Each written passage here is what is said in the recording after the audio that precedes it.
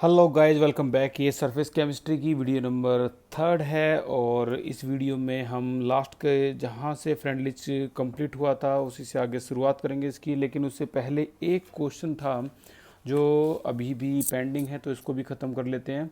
What is the effect of temperature on chemisorption? तो पहले increase फिर डिक्रीज। अब जो रीजन है कि इसका रीजन क्या होता है, वाई, ठीक है ना। इफेक्ट ऑफ टेम्परेचर ऑन केमिजॉप्शन, ये इंक्रीज क्यों होता है? देखो, फिजिकल एडजॉप्शन के बारे में आपने पढ़ लिया, वहाँ ले चैटलियर कॉन्सेप्ट है। लेकिन यहाँ पे ये इंक्रीज कैसे हो सकता है कि आप टेम्परेचर बढ़ा रहे हो तो आपका एडजॉप्शन इंक्रीज हो गया? तो उसका एक प्रॉपर जो रीज़न है वो अभी आपको पता लगने वाला है। तो ध्यान से देखना एक बार, ध्यान से। इसमें कहा है कि ऐसा कैसे हो सकता है कि अगर आप टेम्परेचर बढ़ाओगे तो एडजोर्बेंट और एडजोर्बेट का जो बॉन्ड है वो क्या हो जाता है, स्ट्रॉन्ग केमिकल बॉन्ड बन जाता है। ऐसे कैसे? तो आंसर छुपा हुआ है एक्टिवेशन एनर्जी के अंदर। एक्टिवेशन एनर्जी की वजह से ही ऐसा होता है। अब आपको समझना पड़ेगा एक्टिवेशन एनर्जी होती क्या है। तो मैं आपको देखो बता देता हूँ। मान लो ये ए है और जो एडजॉर्ब हुए हैं ये बी है, यानी ये ए और बी आपस में रिएक्टेंट हैं। मान लो ए और बी आपस में एडजॉर्ब होकर क्या बना रहे हैं, ये सी बना रहे हैं। आपका जो एडजॉर्बेंट मतलब एडजॉर्प्शन हो रहा है यहाँ पर कुल मिला के। तो ये ऐसा क्या होता है कि ए और बी की बॉन्डिंग टेम्परेचर बढ़ाने से भी स्ट्रांग होती है? कई बच्चे सोचते होंगे कि यहाँ पर एक्सोथर्मिक की जगह एंडोथर्मिक होगा, फिर से लेचेटेरिया लगा दो और ये बॉन्ड स्ट्रांग हो गया, ठीक है। लेकिन ऐसा नहीं है। यहाँ जो कॉन्सेप्ट है वो कुछ इस तरह से है। बताते हैं कि जब दो रिएक्टेंट आपस में कंबाइन होते हैं तो उनके कंबाइन होने के पीछे दो शर्त होती हैं, दो शर्त। अगर आप दो कंडीशंस को पूरा कर दोगे तो ये दोनों के दोनों आपस में रिएक्ट करके और अच्छी तरह से आपका प्रोडक्ट बना देंगे। क्या होती हैं वो दो कंडीशन? पहली ये कि प्रॉपर ओरिएंटेशन होनी चाहिए। प्रॉपर ओरिएंटेशन, ये जो बात मैं बोलने वाला हूँ ये इस चैप्टर के एंड में आने वाली है। क्या होती है प्रॉपर ओरिएंटेशन? मान लो ये ए और ए है, ठीक है, और इसको कंबाइन होना है तो ये बी और बी से कंबाइन होने वाला है इस तरीके से, ठीक है। तो ये क्या, इसे आप प्रॉपर ओरिएंटेशन या फिर प्रॉपर पोजीशन बोलोगे? नहीं, नहीं हो सकते ये कंबाइन। ये गलत पोजीशन है, ठीक है ना। यानी कहने का मतलब है ये जो पोजीशन हमने लिखी है दिस इज़ रॉन्ग। तो प्रॉपर ओरिएंटेशन क्या होगी? ये प्रॉपर ओरिएंटेशन होगी कि ये ए और ए, ये बी और बी, ये आपस में कंबाइन होंगे तो इसे हम प्रॉपर ओरिएंटेशन कहेंगे। आपस में इजीली कंबाइन हो सकते हैं और जो भी आपका बनने वाला है वो इस तरह से क्या बन जाएगा, ए बी, ठीक है ना। इस तरीके से आपका ये प्रोडक्ट बन जाएगा। लेकिन लेकिन ये तो प्रॉपर ओरिएंटेशन होगी। दूसरी कौन सी कंडीशन है? तो दूसरी कंडीशन का नाम है प्रॉपर एनर्जी। दोनों की जो एनर्जी है वो प्रॉपर एनर्जी होनी चाहिए। इसे हम थ्रेशोल्ड एनर्जी भी बोलते हैं। कम से कम इतनी एनर्जी तो दोनों के पास होनी ही चाहिए, ठीक है ना। तो इसे मैं कहूँगा यहाँ पर प्रॉपर एनर्जी, वर्ड बिल्कुल ठीक रहेगा। प्रॉपर एनर्जी दोनों में होनी चाहिए। इमेजिन करो ए और बी, ये इस ए और ए ये इसकी तरफ आ रहा है, बी और बी ये इसकी तरफ आ रहा है, ठीक है। और दोनों बहुत ही स्लो एनर्जी के साथ एक दूसरे के पास आ रहे हैं तो टकरा के हल्के दूर हो जाएंगे, ठीक है ना। लेकिन अगर ये बहुत प्रॉपर एनर्जी के साथ आते हैं तो ये अच्छी तरह से टकराएंगे, तेज़ी से टकराएंगे और क्या बनेगा, प्रोडक्ट। तो प्रॉपर एनर्जी का मतलब है, मान लो उन्होंने कह दी, कंडीशन कह दी थ्रेशोल्ड एनर्जी दोनों की 10 जूल और 10 जूल, दोनों की 10-10 जूल होनी चाहिए, तभी आपस में टकरा के ये प्रोडक्ट बना सकते हैं। लेकिन अभी इसके पास कितनी एनर्जी है, 10 जूल। 10 जूल तो रिक्वायरमेंट है, लेकिन अभी इसके पास कितनी है, सिर्फ 5 जूल। 5 जूल, तो क्या ये आपस में टकरा कर प्रोडक्ट बनाएंगे? आंसर फिर से आ जाता है नहीं, नहीं बनाएंगे, क्योंकि इनके पास प्रॉपर एनर्जी नहीं है। तो दोनों कंडीशन होनी चाहिए, प्रॉपर ओरिएंटेशन भी होनी चाहिए और प्रॉपर एनर्जी भी होनी चाहिए, तभी ये जाके प्रोडक्ट बनाएंगे। अगर मान लो दोनों की एनर्जी आपने कितनी कर दी, ए और यहाँ पर क्या था, बी, दोनों की एनर्जी आपने प्रॉपर कर दी कितनी, 10 जूल 10 जूल कर दी। अब ये टकरा कर प्रोडक्ट बना देंगे। क्या 15 जूल 15 जूल होगी तो प्रोडक्ट बना देंगे? यस, तब भी बना देंगे। 9 जूल 9 जूल होगी? नहीं, तब नहीं बना पाएंगे, क्योंकि ये थ्रेशोल्ड एनर्जी यानी कम से कम एनर्जी इतनी तो होनी ही चाहिए, इसे कहते हैं हम प्रॉपर एनर्जी। अब सुनना जरा ध्यान से।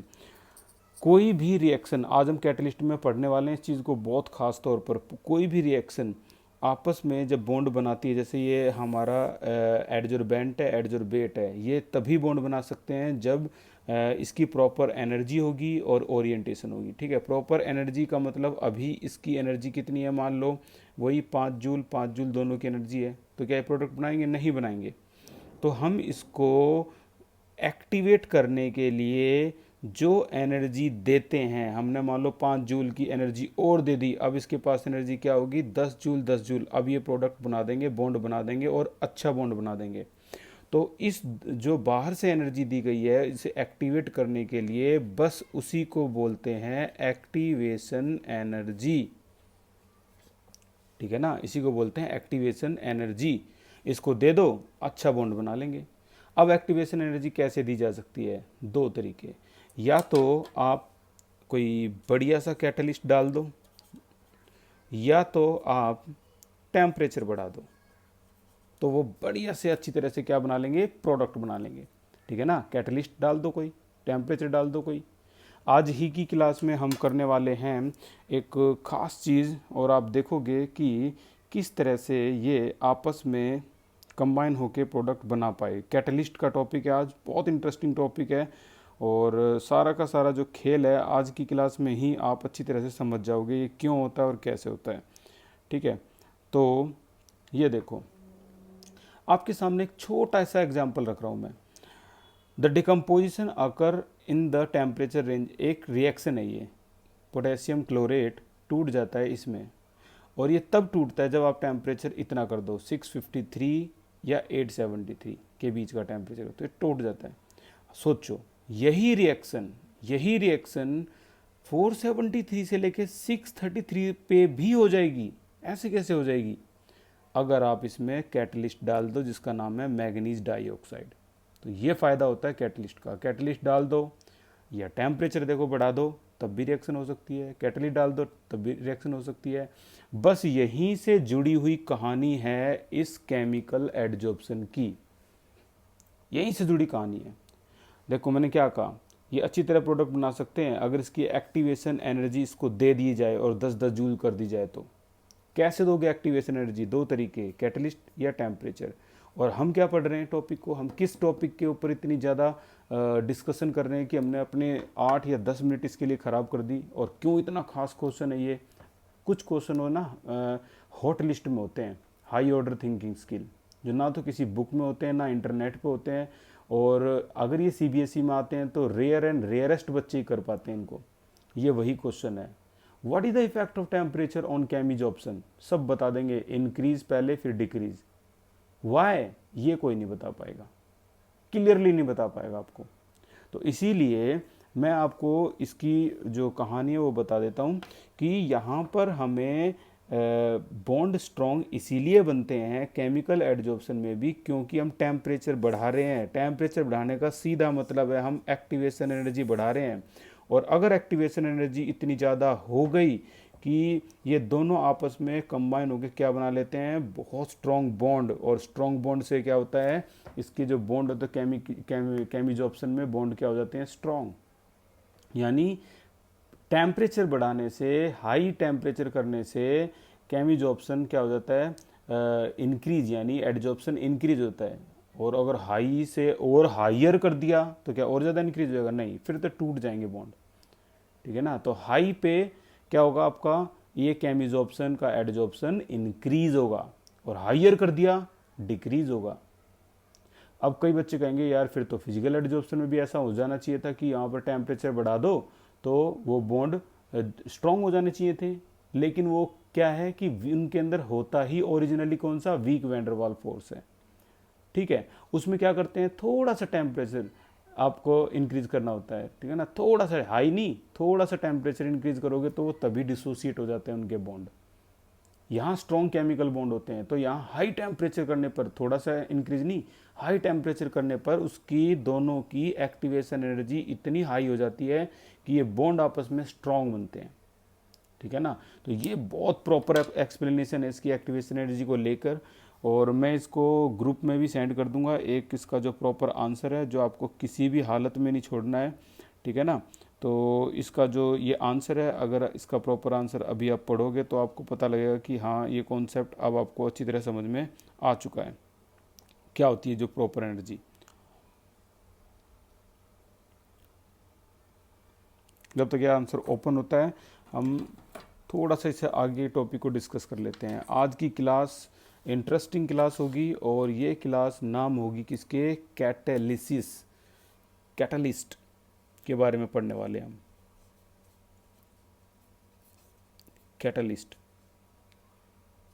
कैटलिस्ट रिएक्शन की स्पीड को क्या करता है। अगर आप कहीं भी कैटलिस्ट डाल दो तो वो रिएक्शन की स्पीड को क्या कर देगा। कई लोगों के दिमाग में पहला ही आंसर आता है इंक्रीज, जो कि गलत है। ये इंक्रीज नहीं करता है। हर बार तुम सोचो कैटलिस्ट इंक्रीज कर देगा, भाई नहीं करता है। एक बार ये ओपन हो गया, एक बार इसको देख लेते हैं। क्या था question, what is the effect of temperature on chemisorption. तो ये इसका सबसे कमाल और सबसे प्रॉपर आंसर है। क्या, chemisorption involve formation of chemical bond with increase in temperature, number of molecule having energy equal to और greater than activation energy increase, hence extent of chemisorption increase. लिखना चाहो तो लिख लियो रजिस्टर के टॉप पे, मोस्ट इंपोर्टेंट लगा के what is the effect of temperature on chemisorption, और एक्सप्लेन डॉट लगा के एक्सप्लेन भी लिख देना, और इसका ये प्रॉपर आंसर है। ठीक है, तो भाई इसको छोड़ना मर। ये कुछ ऐसे आपके पास आपकी मेमोरी कार्ड में ऐसे आंसर होते हैं दिमाग में, जो 15 लाख स्टूडेंट सीबीएसई के एग्ज़ाम में बैठते हैं, उनमें से सिर्फ 1 लाख या 50,000 के पास होते हैं इसके क्लियर कट आंसर। आप सारी बुक्स को छान के रख दो, कहीं ये आंसर आपको मिलेगा नहीं। ठीक है ना, तो इनको थोड़ा सा संभाल के रखना। बहुत खास क्वेश्चन था आज का ये। ठीक है, अब हम अपनी स्टोरी को आगे बढ़ाते हैं। हम जो कर रहे हैं ये कहाँ पे आ गए, हम कैटलिस्ट के उस पर टॉपिक पे हैं, और एक प्रॉपर मेरे दिमाग में अरेंजमेंट है। उस अरेंजमेंट के हिसाब से हम चलेंगे और देखते हैं कहाँ तक पहुँचते हैं हम। तो टॉपिक की शुरुआत होती है कैटलिस्ट। अभी मैंने क्वेश्चन पूछा था कैटलिस्ट रिएक्शन की स्पीड को क्या करते हैं, तो कईयों के दिमाग में तो इंक्रीज ही आया होगा, लेकिन जो करेक्ट आंसर है वो है कैटलिस्ट हमेशा रिएक्शन की स्पीड को अल्टर करते हैं। अल्टर का मतलब चेंज करते हैं। वो बढ़ा भी सकते हैं रिएक्शन की स्पीड को और घटा भी सकते हैं। बढ़ाने वाले तो बहुत एग्जाम्पल पढ़ लिए होंगे तुमने, लेकिन घटाने वाले जो एग्जाम्पल हैं, फिर से मैं बोलूँगा, रेयर एंड रेयरेस्ट बच्चों को पता होते हैं। तो अल्टर का मतलब ये रिएक्शन की स्पीड को चेंज करते हैं। जैसे अगर मैं कहूँ नाइट्रोजन प्लस में 3 hydrogen will give you ammonia, ये हैबर प्रोसेस है, और यहाँ अगर मैं आयरन डाल दूँ तो ये रिएक्शन की स्पीड बढ़ गई, अब तेज होगी। विदाउट आयरन यही रिएक्शन अगर 5 मिनट में ख़त्म होती है, तो आयरन की प्रेजेंस में यही रिएक्शन 2 मिनट में ख़त्म हो जाएगी। यानी इन कैटलिस्ट को हम पॉजिटिव कैटलिस्ट कहेंगे। लेकिन इस दुनिया में पॉजिटिव के अलावा नेगेटिव कैटलिस्ट भी हैं। जैसे एक रिएक्शन लिखता हूँ मैं, ये आपकी एनसीईआरटी में नहीं है। 2H2O में अगर ग्लाइकोल डाल देते हैं हम, ग्लाइकोल, तो ये क्या बनाता है, H2 + O2। ठीक है, तो H2 + O2 जो ये बनाएगा, तो ये रिएक्शन की स्पीड को स्लो कर देता है ग्लाइकोल। यानी यही रिएक्शन अगर मान लो ख़त्म हो रही है 5 मिनट में और विदाउट ग्लाइकोल, तो ग्लाइकोल की प्रेजेंस में यही रिएक्शन अब आपकी 10 मिनट या 12 मिनट में ख़त्म होगी। स्लो कर दी इसने रिएक्शन की स्पीड को। ठीक है, तो ऐसे कैटलिस्ट को क्या कहेंगे हम, नेगेटिव कैटलिस्ट। कैटलिस्ट की डिस्कवरी जब भी हुई तो मेरे को एक साइंटिस्ट का नाम याद आता है, उसका नाम था बर्जीलियस। आपकी एनसीईआरटी में ये नाम है बर्जीलियस, पूरा नाम Jacob Berzelius. Jacob Berzelius Sweden में रहने वाला एक साइंटिस्ट था, और इसको स्वीडिश, फादर ऑफ स्वीडिश भी बोलते हैं। अब आप कहोगे ऐसा कैसा, एक छोटी सी तो डिस्कवरी करी है इसने, तो इसको इस बात से ही फादर ऑफ स्वीडिश बोल दिया। तो आपको मैं बता दूं, अगर आपने सिलिकॉन सेमीकंडक्टर पढ़ लिया चैप्टर 1 में, और आपने सेलेनियम, थोरियम, सीरियम जैसे एलिमेंट के बारे में भी सुना है, तो मैं बता दूं इन सभी की खोज इस बर्जीलियस ने ही की थी। तो ये कोई छोटा मोटा साइंटिस्ट तो था नहीं भाई। कैटलिस्ट की थ्योरी इसी ने करी थी। मतलब ये इतना पॉपुलर साइंटिस्ट था अपने टाइम का कि इसको फाउंडर ऑफ मॉडर्न केमिस्ट्री भी कहा जाता है। मतलब इतना ऑनर, और कितना ऑनर होगा इसका, फाउंडर ऑफ मॉडर्न केमिस्ट्री भी इसी को कहा जाता है, नाम बर्जीलियस। तो कोई ये छोटा मोटा साइंटिस्ट था नहीं। यहाँ तक कि एटॉमिक वेट के बारे में भी सबसे क्लियर कट इन्फॉर्मेशन सबसे पहले बर्जीलियस ने ही दी थी। ठीक है, तो इतनी सारी जो बातें हैं बर्जीलियस के पास, इतना सब होने के बावजूद भी बेचारे को क्या नहीं मिला, बेचारे को नोबेल प्राइज़ नहीं मिला। तो आप समझ लो नोबेल प्राइज़ किसको देते होंगे और कितना मुश्किल होता होगा नोबेल प्राइज़ मिलना। कुछ आंकड़े मैं आपके सामने रखूं तो आप सुन के हैरान हो जाओगे कि अब तक पूरे वर्ल्ड में ना सिर्फ और सिर्फ 904 नोबेल प्राइज़ मिले हैं। पूरा वर्ल्ड, समझो पूरे वर्ल्ड की पॉपुलेशन कितनी है। पूरे वर्ल्ड की पॉपुलेशन 750 करोड़ है, जिनमें से सिर्फ 904 को ही नोबेल प्राइज़ मिला है। सबसे ज़्यादा नोबेल प्राइज़ ले जाने वाली कंट्री कौन सी है? 383 नोबेल प्राइज़ भाई, यूनाइटेड स्टेट ऑफ अमेरिका, जिसके सबसे ज़्यादा साइंटिस्टों ने नोबेल प्राइज़ जीते हैं। ठीक है ना। अब आपके दिमाग में ये भी चल रहा होगा कि यार हमारी इंडिया के कितने हैं, तो मैं बता दूं हमारी इंडिया के कितने हैं। हमारी इंडिया के 5 हैं नोबेल प्राइज़ विनर। ठीक है ना। और ये 5 वो हैं जो इंडिया में ही पैदा हुए और इंडिया में ही मर गए, यानी इंडियन सिटीजनशिप थी इनके पास। 8 ऐसे भी हैं जो पैदा तो इंडिया में हुए लेकिन इंडिया से बाहर जाके रिसर्च करी इन्होंने और वो नोबेल प्राइज़ जीत गए। तो उन 8 को भी मैं अगर ऐड कर दूं तो हमारे टोटल हो गए 13 Nobel prize winner in India.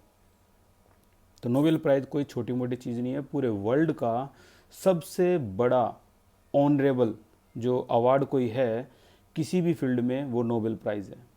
अंदाज़ा तो खैर लगाई गई होगी तुम 904 से। ठीक है। अच्छा, ये यहाँ जब नोबेल प्राइज़ की बात आती है तो मुझे एक लड़की याद आती है, और वो जो लड़की थी आप उसके बारे में शायद पहले भी सुन चुके होंगे, और उसके बारे में अगर मैं थोड़ी बहुत बात आपको बता दूं तो आप फिर से दांतों तले उंगलियां दबा लोगे। और उस लड़की ने ऐसा क्या कमाल कर दिया, तो सुनो उसके बारे में। आपको पता होना ही चाहिए, क्योंकि अगर कोई भी आपसे पूछता है तो आप इसके बारे में नहीं बता पाए तो ये आपकी सबसे बड़ी बेइज्जती है कि साइंस स्टूडेंट होने के बाद आपको मैरी क्यूरी के बारे में नहीं पता। मैं इसके ऊपर इतना जोर क्यों दे रहा हूँ? नंबर 1, ये लड़की पूरे वर्ल्ड में पहली लड़की थी जिसने नोबेल प्राइज़ जीता था। और आप ये जान के हैरान हो जाओगे कि पोलैंड में पैदा होने वाली लड़की की गवर्नमेंट जो थी, जहाँ उसकी जो गवर्नमेंट थी, उन्होंने बैन लगा रखा था कि लड़कियाँ 12th क्लास के बाद नहीं पढ़ेंगी। मतलब गवर्नमेंट बैन लगा रही है। आप कोई और संगठन नहीं, गवर्नमेंट कह रही है, लाइक हमारी गवर्नमेंट कह रही है कि इंडिया में कोई लड़की ऐसे ज़्यादा नहीं पढ़ेगी। तो कितना अजीब लगेगा, सुनने में भी कितना अजीब लग रहा है। तो वहाँ की गवर्नमेंट ने बैन लगा रखा था कि लड़कियाँ एक पर्टिकुलर डिग्री तक ही जा सकती हैं, उसके बाद नहीं पढ़ सकती। अब वहाँ पर एक यूनिवर्सिटी थी जिसका नाम था फ्लाइंग यूनिवर्सिटी। फ्लाइंग यूनिवर्सिटी में इस लड़की ने छुपके से अपनी आगे की स्टडी करी। वो थोड़ी सी हिडन यूनिवर्सिटी थी, तो वहाँ से अपनी आगे की एजुकेशन पूरी करी और वो सीधा पेरिस चली गई, फ्रांस। वहाँ मिली वो एक फ्रेंच साइंटिस्ट से जिसका नाम था, सभी को पता है क्या ही होगा, पीरी क्यूरी, इसका हस्बैंड। कैसे बना? एक ही लेबोरेटरी में काम करते थे, जान पहचान हुई, शादी हुई पीरी क्यूरी से, और दोनों ने मिलकर इतनी कमाल की रिसर्च करी रेडियो एक्टिविटी के ऊपर कि नोबेल प्राइज़ जीत लिया। कहानी यहीं ख़त्म नहीं हुई, कहानी तो अब और ज़्यादा इंटरेस्टिंग होगी। शादी के 7-8 साल बाद इसके हस्बैंड की डेथ होगी। डेथ से पहले इसकी 2 छोटी छोटी बच्चियां थी इनकी, पैदा हुई थी जो। तो उन दोनों बच्चियों में से नंबर 1, नंबर 2, ए और बी कह देते हैं इनको, ये पैदा हुई। आप सोच रहे होगे यार ये कौन सी कहानी मैं आपको बता रहा हूँ, तो ये इंटरेस्टिंग है इसलिए आपको बता रहा हूँ, ये जानना ज़रूरी है। दोनों बच्चियां पैदा हो चुकी थी, ज़्यादा बड़ी भी नहीं थी, और इसके हस्बैंड की कार एक्सीडेंट में या किसी भी एक्सीडेंट में डेथ हो गई थी। ये एक्सीडेंट था कोई। तो डेथ होने के बाद भी इसने हार नहीं मानी, अपनी रिसर्च बंद नहीं की, लड़कियों के पैदा होने के बाद भी रिसर्च इसकी चलती रही। और तो और एक यूनिवर्सिटी में एज ए प्रोफेसर ये काम करने लगी, क्योंकि नोबेल प्राइज़ विनर थी, जॉब मिलनी आसान थी। तो यूनिवर्सिटी में प्रोफेसर का काम करने के बाद, घर आने के बाद, अपने लेबोरेटरी में भी काम करने के बाद फिर से काम करती रही अपनी रिसर्च पे काम रहा। और एक टाइम ऐसा आया कि पोलोनियम की रेडियोएक्टिव डिस्कवरी के लिए इसको दूसरा नोबेल प्राइज़ मिल गया, मतलब 2 नोबेल प्राइज़। ठीक है ना। अब आप खुद पता कर लोगे कि 2 नोबेल प्राइज़ इसको मिले हुए हैं। पूरी इंडिया को 5 मिले हुए हैं, टोटल मैं कहूँ 13 मिले हुए हैं। मैं ये नहीं कहता इंडिया में टैलेंट की कमी है, इंडिया में टैलेंट बहुत ज़्यादा है, सोर्स की कमी है। ठीक है ना। तो यहाँ पर मैरी क्यूरी ने 2 नोबेल प्राइज़ ऑनर हो चुकी थी, जहाँ पर एक नोबेल प्राइज़ मिलना बहुत बड़ी मुश्किल की बात होती है। आपको पता है एल्बर्ट आइंस्टीन को पहला मतलब एक नोबेल प्राइज़ जीतने में पूरा दम लगाना पड़ा था, हार मान ली थी एक टाइम में एल्बर्ट आइंस्टीन ने भी कि मुझे नोबेल प्राइज़ नहीं मिलेगा। फिर फोटो इलेक्ट्रिक इफेक्ट की वजह से, रिलेटिविटी की वजह से उसको नोबेल प्राइज़ मिला, theory of relativity, photo electric effect. ठीक है ना। तो अब क्या हुआ, अब स्टोरी में क्या हुआ, छोटी बच्ची बड़ी हुई और इसने केमिस्ट्री के अंदर एक और नोबेल प्राइज़ ले लिया, एक नोबेल प्राइज़ और आ गया घर में। बड़ी लड़की को थोड़े दिन बाद एक और नोबेल प्राइज़ मिल गया, एक और नोबेल प्राइज़ मिल गया यहाँ इसके हस्बैंड को। तो कुल मिला के इसे कहते हैं क्यूरी फैमिली, वर्ल्ड की ऐसी फैमिली जिन्होंने सबसे ज़्यादा नोबेल प्राइज़ जीते थे। पूरा का पूरा जो घर था इनका, वो सारा का सारे सब साइंटिस्ट थे। ठीक है ना। तो साइंटिस्ट फैमिली भी कहते हैं कुल मिला के इसे। तो ये इंटरेस्टिंग स्टोरी थी कि किस तरह से, किस सिचुएशन में, ये आसान जितना सुनने में है उतना रियल लाइफ में नहीं होता। तो नोबेल प्राइज़ बहुत बड़ी चीज़ है कुल मिला के। बर्जीलियस, जिसके बारे में हम कैटलिस्ट में अभी बात कर रहे हैं, कि कैटलिस्ट की जो डिस्कवरी थी बर्जीलियस की देन थी ये कैटालिसिस। ठीक है ना, उसी ने इसकी खोज की थी। तो स्टोरी को आगे ले चलते हैं।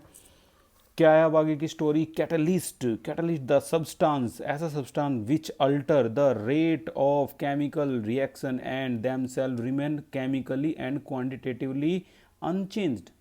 कैटलिस्ट तो एक उस शादी करवाने के वाले पंडित की तरह होती है, जो शादी तो करवा देते हैं लेकिन शादी करवा के वो अपने घर चले जाते हैं, और उस शादी के बाद उनका कोई इन्वॉल्वमेंट नहीं होता।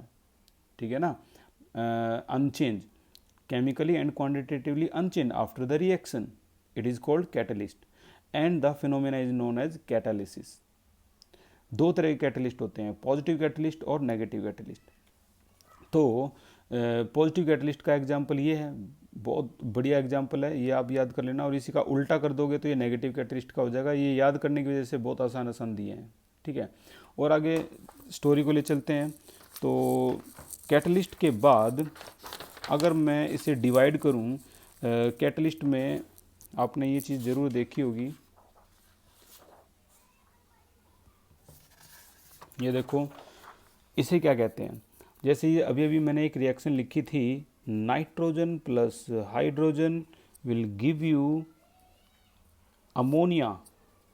आपको इसके बारे में पता है आयरन क्या है, आयरन एज ए कैटलिस्ट है। फिर समझ में नहीं आता, जब आयरन कैटलिस्ट है तो ये एमओ क्या है, मोलिब्डेनम, ये क्या है, ये इसके नीचे क्या है, ये भी कैटलिस्ट है? नहीं, इसी को कहते हैं प्रोमोटर। अब मेरी बात ध्यान से सुनना जो मैं बोलने वाला हूँ। आयरन एक कैटलिस्ट है और वो रिएक्शन की स्पीड बढ़ाता है। मोलिब्डेनम आयरन की स्पीड बढ़वाता है, कैटलिस्ट की स्पीड को इंक्रीज करवा देता है। ये बिल्कुल वैसे होता है जैसे बाइक के पीछे आपका जो दोस्त बैठा है वो आपको उकसाता है कि और तेज चला बाइक, और तेज चला, तू बढ़िया चला रहा है, सही चला रहा है, और तेज चला। तो वो आपके कहने पर, उसके कहने पर, दोस्त के कहने पर आप बाइक तेज़ चलाओगे तो ये समझ लो वो आपको प्रमोट कर रहा है, वो प्रमोटर है, ठीक है ना। तो जो रिएक्शन की स्पीड बढ़ाता है कैटलिस्ट, और जो कैटलिस्ट की ही स्पीड को बढ़वा देता है, उकसाता है उसे, तो वो उसे क्या कहते हैं, प्रमोटर, ठीक है। उसी तरह से कुछ ऐसे भी होते हैं जो स्पीड को कम करवा देते हैं, उसे हम पॉइजन कहते हैं, ठीक है। ये कैसे, जैसे एग्जाम्पल में एक लिख देता हूँ, 2H2 प्लस में O2, ये प्लेटिनम है, ये स्पीड को बढ़ा देता है, ठीक है। लेकिन अगर इसमें पॉइजन डाल दिया, जैसे कार्बन मोनोऑक्साइड, ये जहर होता है एक तरह से, कार्बन मोनोऑक्साइड जहरीली गैस है, तो याद रह जाएगा आपको ये पॉइजन है, ठीक है। तो पॉइजन क्या करता है, ये कैटलिस्ट की स्पीड को कम कर लेता है। जैसे फिर से एग्जांपल लेते हैं, बाइक के पीछे आपका कोई दोस्त बैठा है, तो वो दोस्त क्या करता है, आपको बीच बीच में डराता है कि तू बाइक स्पीड, अभी अभी हम ना टक्कर लगती हुई बची है और ना स्पीड को स्लो कर ले, हम तू गलत चला रहा है, तू ऐसे मत चला, हम मर जाएंगे, ये वो।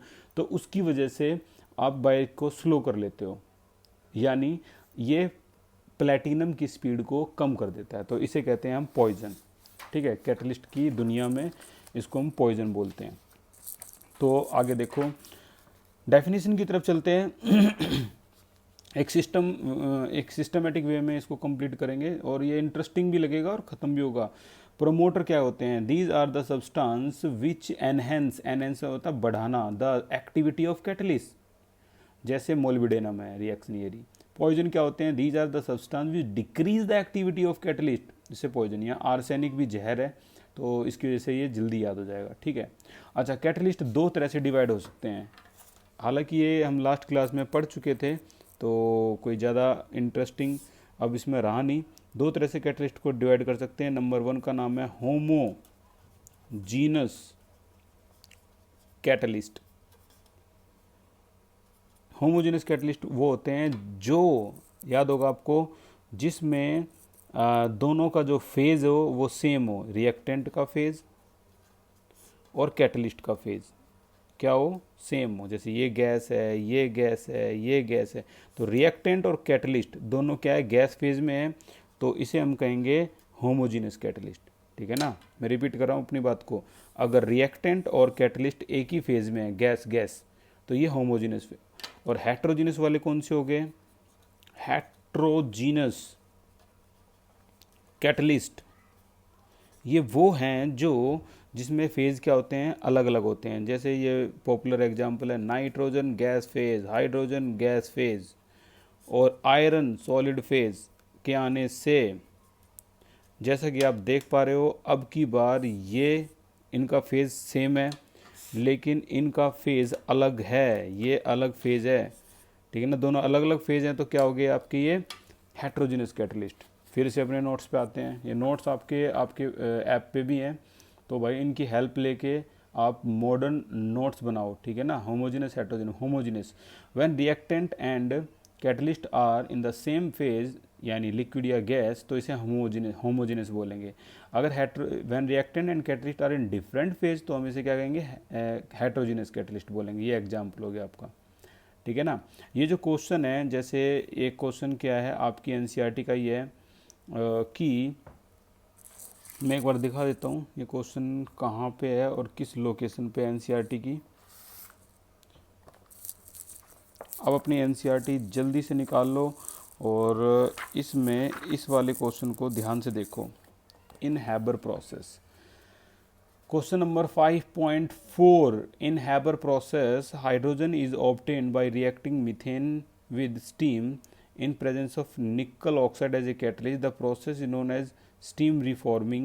Why is necessary to remove carbon monoxide when ammonia is obtained by Haber process? वो कह रहा है कार्बन मोनोऑक्साइड को क्यों हटा लिया जाता है अगर हैबर प्रोसेस से इसको फॉर्म कर रहे हैं। तो कहने का इनका ये मतलब है, देखो ध्यान से, इस रिएक्शन को तो सभी अब समझ गए होंगे।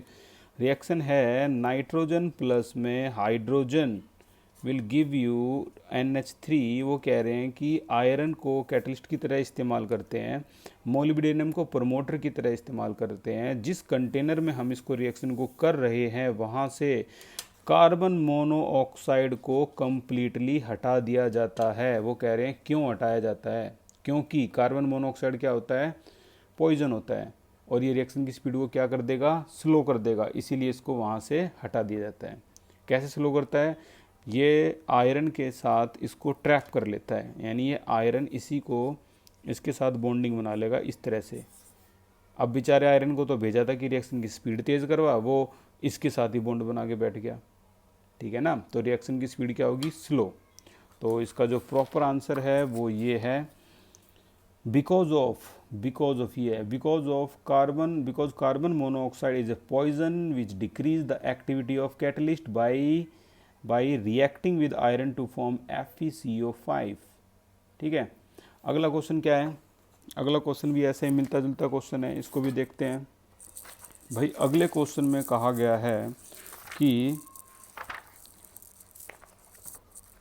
ये क्वेश्चन कह रहा है नंबर 5 पे, वाई एस्टर हाइड्रोलिसिस, वाई 5.5 को कर रहे हैं, why ester hydrolysis slow in the beginning and become very fast after some time. यानी एस्टर की हाइड्रोलिसिस, आपको याद होगी एक रिएक्शन एस्टरिफिकेशन होती थी, इसी का अपोजिट होती थी सैपोनिफिकेशन। तो एस्टर का हाइड्रोलिसिस की रिएक्शन ये होती है, देखो RCOOR ये होता है एस्टर। अगर इसमें आपने पानी डाल दिया तो ये क्या बनाता है, RCOOH प्लस में R-OH ये बनाता है एल्कोहल और ऑर्गेनिक एसिड यानी कार्बोक्सिलिक एसिड। ठीक है। तो वो कहता है ये रिएक्शन शुरू में तो बड़ी स्लो होती है, फिर एकदम से क्या हो जाता है, इसमें से एकदम से तेज़ हो जाती है ये। तो आंसर है कि इस रिएक्शन में जो आपका ऑर्गेनिक एसिड बनता है वो थोड़ी देर बाद यही ऑर्गेनिक एसिड कहाँ पे आ जाता है, इस एरो के ऊपर, ये इस तरह से आ जाता है, RCOOH ऐसे आ जाता है, और किसकी तरह बिहेव करने लगता है, कैटलिस्ट की तरह, और रिएक्शन को क्या करवा देता है, तेज। तो इसीलिए ये स्लो होती है बिगिनिंग में और थोड़ी देर के बाद क्या होती है, फास्ट। तो इस क्वेश्चन का प्रॉपर आंसर क्या हो गया, in hydrolysis of ester product formed in is organic acid which act as catalyst and increase the rate of reaction. इस तरीके से ये देखो, पहला स्टेप दूसरा स्टेप, पहला स्टेप स्लो दूसरा स्टेप फास्ट। ठीक है। तो ये था इसका। अब हम इससे आगे मैं एक बार आपको NCERT दिखा देता हूँ, हमने कितना कितना पोर्शन अभी तक कंप्लीट किया है। NCERT में हम कैटलिस्ट की इस दुनिया से शुरू हुए थे, ठीक है, और हम करते करते प्रोमोटर, पॉइजन, होमोजेनस, हेटेरोजेनस, ये सब के सब हो गए थे। अंडरलाइन बहुत सिंपल है, आपको देखते के साथ पता लग जाएगा, एग्जाम्पल भी आसान है। कल की क्लास आप मत मिस करना किसी भी हालत में, ये एडजॉर्प्शन थ्योरी होगी हेटेरोजेनस कैटलिस्ट की, तो खास है ये थ्योरी के लिए, पूरा ये सेटअप हम कल करने वाले हैं। अच्छा, important feature of solid catalyst, हम यहाँ आ गए हैं। पहला फीचर है एक्टिविटी, दूसरा फीचर है सेलेक्टिविटी। किसके, सॉलिड कैटलिस्ट के इंपॉर्टेंट फीचर्स हैं ये। ठीक है। तो एक्टिविटी और सेलेक्टिविटी पे आ गए हम। एक्टिविटी क्या होती है, ये देखो, एक्टिविटी पहले सेलेक्टिविटी करते हैं। सेलेक्टिविटी क्या होती है, selectivity the ability of catalyst to direct a reaction. यानी मैं बताता हूँ एग्जाम्पल को लेके, देखो CO प्लस H2 कंबाइन होगा तो क्या बनेगा, CO plus H2, CO plus H2, reactant तो सारे सेम है, लेकिन अगर इसमें निकल डाल दो तो मीथेन और H2O बनता है, कॉपर डाल दो तो फॉर्मल्डिहाइड बनता है, और ZnO और Cr2 और 3 डाल दो तो मीथेनॉल बनता है। यानी CO प्लस H2 जो कि एक सिन गैस होती है, अगर अलग अलग कैटलिस्ट डालोगे तो अलग अलग प्रोडक्ट बनेंगे। यानी कैटलिस्ट क्या कर रहा है, आप जो कैटलिस्ट सेलेक्ट कर रहे हो आपका प्रोडक्ट भी उसी के हिसाब से बन रहा है। यानी कैटलिस्ट यहाँ पर रिएक्शन को एक डायरेक्शन दे रहा है। यानी अब पढ़ के देखो, ability of catalyst to direct यानी direct a reaction to form particular product. तो समझ में आ गया होगा सिलेक्टिविटी क्या है। तो ये important feature of solid catalyst में था। तो फिर एक्टिविटी क्या है भाई, एक्टिविटी होती है ability of catalyst to increase the rate of reaction. बिल्कुल पॉजिटिव कैटलिस्ट की तरह को कहेंगे एक्टिविटी। जैसे पॉजिटिव कैटलिस्ट क्या था, रिएक्शन की स्पीड को तेज़ करता है, वैसे एक्टिविटी क्या करती है, रिएक्शन की एक्टिविटी को तेज़ कर देती है। ठीक है ना। तो ability of catalyst to increase the rate of chemical reaction is called activity of catalyst, और ये फिर से वही एग्जाम्पल प्लेटिनम का। ठीक है, तो यहाँ तक ख़त्म होने के बाद अब हमारा अगला टॉपिक है, उसका नाम है shape selective catalyst. Shape selective catalyst एक और अगला टॉपिक, नाम है शेप सेलेक्टिव कैटलिस्ट। करवाने से पहले मैं कुछ इसके बारे में चीज़ें बता दूं। आज जितने भी हम टॉपिक कर रहे हैं, जैसे ये कैटलिस्ट से रिलेटेड ये टॉपिक था, क्या था, COH2 react to give different product. अब ये भी किया था ना, CO और H2, जो उनसा कैटलिस्ट सेलेक्ट करोगे वही आंसर आएगा, यानी selectivity in the presence of different catalyst. Which ability of catalyst is shown by this reaction, 2018 में आया था, आंसर सेलेक्टिविटी। ठीक है, और अगर आगे हम देखें कि शेप सेलेक्टिव कैटलिस्ट के बारे में इतनी चर्चा क्यों हो रही है, तो देखो शेप सेलेक्टिव कैटलिस्ट को देख लो एक बार, 27 कितनी बार एग्जाम में आया हुआ है। और तो ये भी देखो नीचे, given example of shape selective catalyst, ठीक है ना। और देखो 2017 में क्या आया है, what is the difference between homogeneous heterogeneous catalyst. ठीक है, तो इस तरह से name to group into which phenomena of catalysis can be divided. कौन सा, homogeneous heterogeneous, give example of both, और केमिकल इक्वेशन भी। ठीक है ना, ये कल की क्लास में पढ़ा था, application of adsorption, production of vacuum का और हेटेरोजीनियस कैटलिस्ट का, ये भी 2011 में आया हुआ है। ठीक है, तो कुल मिला के जो मेरा कहने का मतलब था वो ये था, शेप सिलेक्टिव कैटलिस्ट बहुत खास है और इम्पोर्टेंट है। होते क्या हैं, तो देखो, शेप, ऐसी शेप जैसे हनीकॉम्ब लाइक स्ट्रक्चर होता है इनका, हनीकॉम्ब लाइक स्ट्रक्चर इस तरीके से। तो इनके अंदर जो पोर होते हैं, इन पोर में ही मान लो A से B को बनाना है, तो जो ये A हैं, ये A हैं, वो इस तरह से इस पोर में आ जाएंगे, और थोड़ी देर बाद ये A से क्या बना देगा, इस A को किस में कन्वर्ट कर देगा, ये कर देगा B में कन्वर्ट, A इस B में कन्वर्ट, ब्लैक, तो मैं इसको भी ब्लैक कर रहा हूँ। ठीक है, तो ये A से B में इस तरह से कन्वर्ट करता है। ठीक है, जो रिएक्टेंट है पहले इस पोर में आएंगे, फिर वो ये कैटलिस्ट क्या कर देगा, इसको चेंज कर देगा। तो से शेप सिलेक्टिव कैटलिस्ट क्या हुए, ऐसे कैटलिस्ट जिनमें पोरस स्ट्रक्चर होते हैं और उनकी पोर में रिएक्टेंट आते हैं, और वो उन्हीं रिएक्टेंट को क्या कर देते हैं, कन्वर्ट। ठीक है, तो डेफिनेशन की तरफ चलते हैं। Shape selective catalyst, the catalytic reaction that depend upon pore structure of catalyst and size of reactant, ठीक है, is called shape selective catalyst. Best example zeolite. Write a short note on zeolite. भाई zeolite क्या होते हैं, zeolite जैसे मैंने एक example दिया, अलग अलग पोर के अलग अलग साइज, कई बार ZSM5 होता है क्योंकि साइज इतना है, छोटा साइज है तो ZSM4, ZSM6, इस तरीके से। तो एक पॉपुलर एग्जांपल है जिसका नाम है ZSM5, जो पेट्रोकेमिकल इंडस्ट्री में इस्तेमाल होता है। मैं लिखवा देता हूँ, ये है आपका ZSM5, full form zeolite sieve of molecular porosity 5, इसे कहते हैं ZSM5, zeolite sieve of molecular porosity 5। क्या फ़ायदा होता है इसका, ये पेट्रोकेमिकल इंडस्ट्री में इस्तेमाल होता है, और ये अल्कोहल को कन्वर्ट करता है किसमें, गैसोलीन में। अल्कोहल को डायरेक्टली कन्वर्ट कर देता है किसमें, gasoline, and used in petrochemical industry. Gasoline बहुत तेज़ी से जलता है, ठीक है ना। तो शॉर्ट नोट देखो जियोलाइट के ऊपर, पूरी डेफिनेशन क्या है इसकी, जियोलाइट आर हाइड्रेटेड एल्यूमिनोसिलिकेट, यानी hydrated aluminosilicate which have 3 dimensional network containing water molecule in their pore. Example ZSM5, ये जियोलाइट की डेफिनेशन है। Zeolite sieve of molecular porosity 5, what is the role of ZSM5? अभी अभी लिखवाया था, ZSM5 is use in petro की spelling PE कर लेना, ठीक है, petrochemical industry, use in petrochemical industry to convert alcohol directly into gasoline. ये होते हैं आपके जियोलाइट, ठीक है ना।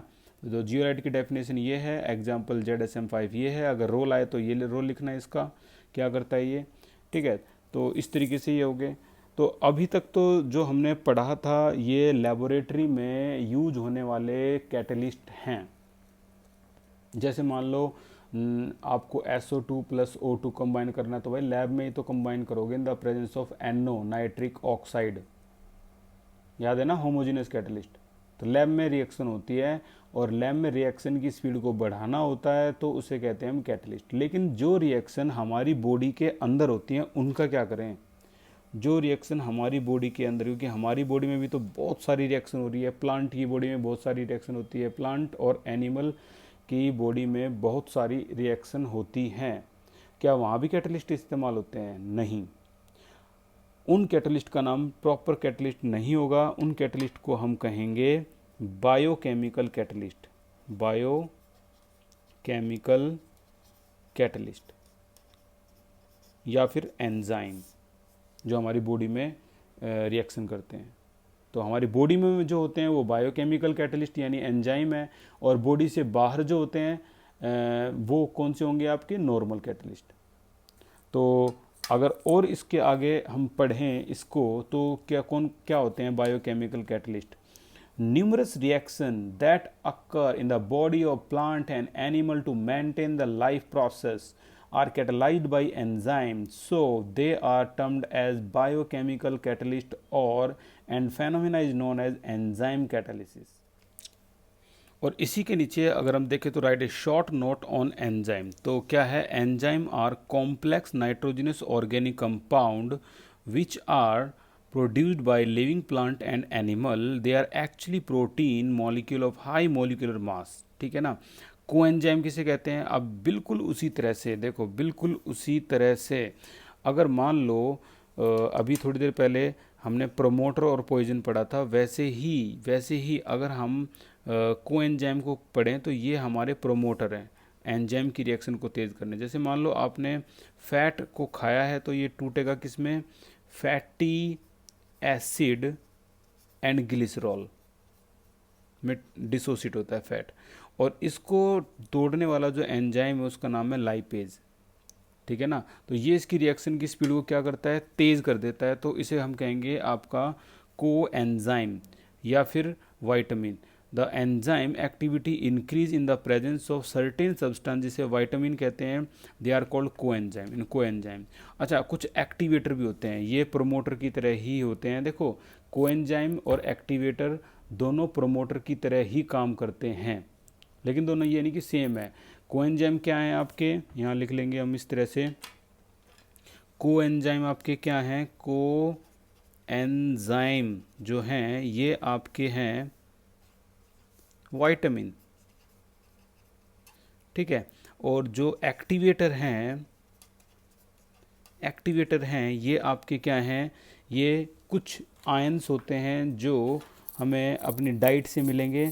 जिस तरह से अगर मैं कुछ एक्टिवेटर के नाम लिखूं, जैसे Mg2 positive, Cu2 positive, Na positive, Mg2 positive, Cu2 positive, इस तरीके से, ठीक है ना। तो ये एक्टिवेटर होते हैं, इनका काम भी रिएक्शन की स्पीड को तेज़ करने का होता है। तो activator are generally metal ion such as Na positive, Mn2 positive, Mg2 positive, Cu2 positive etcetera, which are weakly bonded to enzyme molecule and increase the catalytic activity, यानी ये भी कैटालाइटिक एक्टिविटी को क्या करते हैं, इंक्रीज। तो वहाँ पर क्या थे, प्रोमोटर, यहाँ दो हैं, कोएंजाइम जो कि विटामिन होते हैं और एक्टिवेटर जो कि मेटेलिक आयन होते हैं। अगर हम इनको अपनी डाइट में खाते हैं तो हमारा डाइजेशन प्रोसेस, जितनी भी पूरी बॉडी के अंदर एंजाइमेटिक रिएक्शन है वो स्पीड अप हो जाएगी, तेज़ हो जाएगी। जितने भी एथलीट होते हैं, ये गैटरॉइड की बोतल जो इनके पास रहती है, ब्लू कलर होता है उसमें, और भी ऑरेंज कलर भी होता है, कई कलर होते हैं उसमें, उनके अंदर क्या होते हैं, एक्टिवेटर होते हैं। अगर आप अपनी डेली डाइट में जो भी खा रहे हो, मेनली हम खाते हैं कार्ब और प्रोटीन मेनली, लेकिन अगर आप उसके साथ साथ सैलेड भी खा रहे हो तो आप उसके साथ साथ क्या ले रहे हो, एक्टिवेटर ले रहे हो। अगर आप डेली मिल्क ले रहे हो तो आप एक्टिवेटर ले रहे हो, और मिल्क के साथ साथ अगर थोड़ी अमाउंट में उसमें हल्दी भी डाल रहे हो तो और भी सोने पे सुहागा। अगर आप अपनी एंजाइम अपनी डेली डेली डाइट में जब यार कार्ब और प्रोटीन से पेट भरी जाता है तो फिर इंसानों को फ्रूट की क्या ज़रूरत पड़ती है। एक टाइम वो था जब इंडिया में जो लोग फ्रूट खाते थे तो पड़ोसी जो थे उनके वो ये पूछते थे कि क्या घर में कोई बीमार है। यानी फ्रूट का उन्होंने रिलेशन बीमारी से जोड़ दिया था कि फ्रूट इतने फ़ायदेमंद होते हैं कि बीमार लोग ही इसे खाते हैं। अभी मैं इसका लॉजिक भी बताऊंगा क्यों। तो फ्रूट क्या होते हैं, वो विटामिन होते हैं, और विटामिन अगर आपने खा लिए, सैलेड हो गया, फ्रूट हो गया, तो ये खा लिए तो आपने कोएंजाइम खा लिए, और कोएंजाइम अगर आपके पास है तो आपने जो खाया है वो बहुत जल्दी से डाइजेस्ट होगा। कार्बोहाइड्रेट, फैट, प्रोटीन, प्रोटीन आपको पता है किस में टूटता है, अमीनो एसिड में टूटता है। कौन तोड़ता है, एंजाइम का नाम बताना। ट्रिप्सिन, पेप्सिन, ये सभी एंजाइम है, ठीक है ना। तो ये हमारी जो अंदर की जो प्रोसेस है उनको बहुत स्पीड अप कर लेते हैं, तेज़ी से ये डाइजेशन होता है। और डाइजेशन स्लो करने के लिए क्या होता है, कुछ लोग क्या करते हैं कि फ्रूट्स खाने की बजाय वो क्या करते हैं, क्या खाते हैं, ड्रग्स ले लेते हैं। ड्रग्स, नशे वाला ड्रग्स, मॉर्फिन, कोडीन, हेरोइन, अफीम, ओपियम, ठीक है ना। इस तरीके से कई अलग अलग तरह के ड्रग्स हैं। वो ड्रग्स क्या करते हैं, यही जो रिएक्शन हमारी है हमारी, इसको स्लो कर देते हैं। इसीलिए हम उसको क्या कहते हैं, एक तो थे हमारे कौन से, कोएंजाइम और एक्टिवेटर, और एक होते हैं हमारे इनहिबिटर। एंजाइम के केस में इसे इनहिबिटर कहते हैं, कैटलिस्ट के केस में इन्हें पॉइजन कहते थे। इनहिबिटर में सर्टेन ड्रग्स ऐसे होते हैं जो हमारी केमिकल रिएक्शन को क्या कर देते हैं, स्लो कर देते हैं प्रोसेस को, ठीक है। तो ये हमारा एंजाइम, कोएंजाइम हो गया। इनहिबिटर भी देख लो जल्दी से, enzymatic activity that can be reduced और inhibited by presence of certain compound called inhibitor. Characteristics of enzyme catalyst. अब जो ये कैरेक्टरिस्टिक हैं ये हम कल की क्लास में पढ़ेंगे, और बहुत इंटरेस्टिंग टॉपिक है कैरेक्टरिस्टिक का। तो कल की क्लास के लिए इसको पेंडिंग छोड़ देते हैं। देखो आपको ये जो टेबल है, टेबल 5.2, ये याद करनी है। हमारी बॉडी के अंदर सुक्रोज को ग्लूकोज और फ्रक्टोज में कौन तोड़ता है, एंजाइम का नाम है इन्वर्टेज। ग्लूकोज को इथाइल अल्कोहल कार्बन डाइऑक्साइड में कौन तोड़ता है, जाइमेज। स्टार्च को माल्टोज में कौन तोड़ता है, डाइस्टेज। माल्टोज को ग्लूकोज में, ये कौन सा था, डाइस्टेज था, माल्टेज था, ये यूरेज है। और प्रोटीन को अमीनो एसिड में पेप्सिन है, ठीक है ना। तो ये जितने भी रिएक्शन हैं जो बॉडी में होती हैं वो एंजाइम की प्रेजेंस में स्पीड अप, तेज हो जाती है। Conversion of milk to curd, दूध से दही का जमना, एंजाइम का नाम बताओ, लैक्टोबैसिलस, ठीक है ना। इन स्टमक पेप्सिन एंजाइम क्या करता है, प्रोटीन को पेप्टाइड में तोड़ता है, और फिर while in intestine the pancreatic trypsin convert protein into amino acid by hydrolysis. सब एंजाइम का खेल है। तो कल की क्लास में हम कैरेक्टरिस्टिक पढ़ने वाले हैं, एंजाइम के क्या क्या कैरेक्टरिस्टिक होते हैं, ठीक है ना। और आपको ये पता लग जाएगा कि बीमार लोग जो होते हैं वो फ्रूट्स क्यों खाते हैं, जो लोग बीमार हो जाते हैं, ठीक है ना। आप हॉस्पिटल में किसी से मिलने के लिए जाते हो तो क्यों 1 किलो सेब ले जाते हो, इस सभी का रीज़न जो है इसी में छुपा हुआ है। एक लास्ट है जो टॉपिक 2 मिनट का है, डिस्कस करते हैं, उसके बाद कल ही करेंगे सारा। Highly active under optimum temperature. कुछ टेम्परेचर पर एंजाइम जो हैं वो सबसे ज़्यादा एक्टिव होते हैं। किस पे एक्टिव होते हैं, मैं एक बार और इस पे, ये देखो ऑप्टिमम टेम्परेचर है 298 से 310, ठीक है ना। ये ऑप्टिमम टेम्परेचर है। हमारी बॉडी का ऑप्टिमम टेम्परेचर जिस पर एंजाइम सबसे ज़्यादा एक्टिव होते हैं वो है 298 से 310। हमारी बॉडी का तो खैर क्या बताऊँ मैं, ये कह रहे हैं कि एंजाइम इस टेम्परेचर पर सबसे ज़्यादा एक्टिव होते हैं। हमारी बॉडी का टेम्परेचर कितना होता है? 37 डिग्री सेल्सियस।